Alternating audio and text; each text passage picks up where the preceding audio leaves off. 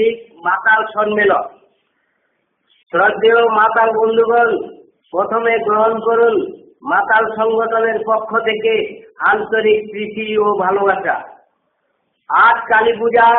আজকের এই মহৎ দিনে সরকার ইংরাজি এবং বাংলা মদে কোটি কোটি টাকা রেভিনিউ পেয়ে থাকেন, কিন্তু আমরা যে সকল মাতাল যত রকমই মাতলামি করি না কেন, বর্তমান মদে এখনো আমরা হুঁশ হারাই নাই। আমাদের মনে একটাই দুঃখ, বলতে গেলে চোখে জল আসে, না বলেও পারি না। মদ খাওয়া কোনো পাপ কাজ নয়। আমরা মদ খাই, কিন্তু সরকার আমাদের কোনো ধরনের প্রশাসনিক নিরাপত্তা দেন না। কিন্তু কেন? আমরা মাতালরা মদ খাই, আর এর মধ্যে প্রশাসন মদের টেবিলে গিয়ে আমাদের উপর লাঠিচার্জ করে আমাদেরকে নির্যাতন দেন। এতে মদের নেশা থাকে না। তখন আমরা যে যেদিকে পারি দৌড়ে ঝাঁপিয়ে নালায় থালায় পড়ে পালিয়ে যাই। আগেকার মধ্যে অনেক নেশা হইতো, কিন্তু এখনকার মধ্যে এত নেশা নাই। আগে মদ খাইলে মানুষ পিপ হইতো, এখন মদ খাইলে মাতালরা পিপ হয় না। আগে মদ খাইলে বিশ্রী বিশ্রী ভাষায় গালাগালি করা যেত।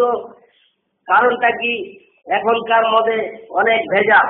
আগে মদ খাইলে মাতালরা সময়ের প্রতি লক্ষ্য রাখতো না, এখন মাতালরা মদ খাইলে সময়ের প্রতি লক্ষ্য রাখেন।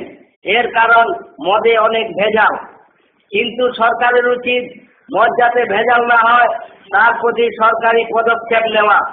তা না করে আমাদেরকে লাঞ্ছনা দেওয়ার কোনো মানে হয় না। অতি পরিতাপের বিষয়। সরকার বোঝা উচিত মদ মাতালকে সত্য কথা বলতে সাহায্য করে, আর এই মাতালদের ভিন্ন চোখে দেখার কোনো মানে হয় না।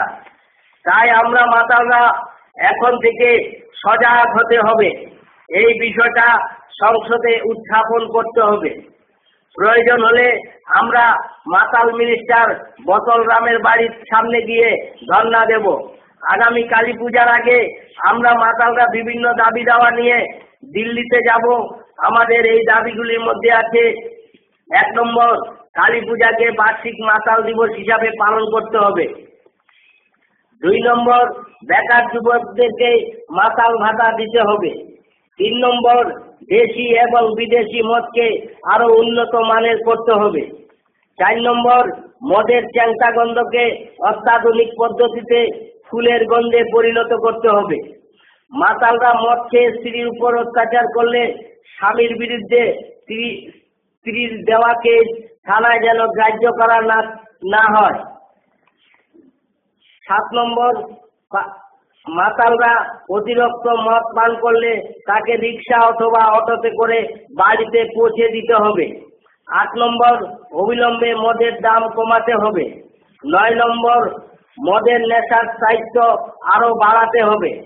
10 নম্বর, মাতালরা মদ পান করতে করতে যদি কোনো মাতালের লিভার খারাপ হয় তবে তাদের চিকিৎসার বাবদ সরকার যেন এককালীন 50,000 টাকা দেন, কারণ তখন সে অসহায়। 11 নম্বর, মদ খাওয়ার পর মাতালরা রাস্তা দিয়ে বাড়ি যাওয়ার সময় সরকার যেন তীক্ষ্ণ দৃষ্টি রাখেন। আগামী 1 মাসের মধ্যে আমাদের দাবি পূরণ না হলে আমরা মাতালরা বৃহত্তরে আন্দোলনে নামব। আমি বক্তব্য শেষ করার আগে নতুন মাতালদেরকে বলছি, যারা আমাদের সংগঠনে নাম দেওয়ার ইচ্ছুক তারা আমাদের মাতাল সংগঠনের সেক্রেটারি কোকেন গ্লোদার সঙ্গে যেন দেখা করেন। এই বলে 1 কোয়ার্টার মদ খেয়ে আমার বক্তব্য শেষ করলাম। ইনকলাব মাতাল সংগঠন জিন্দাবাদ।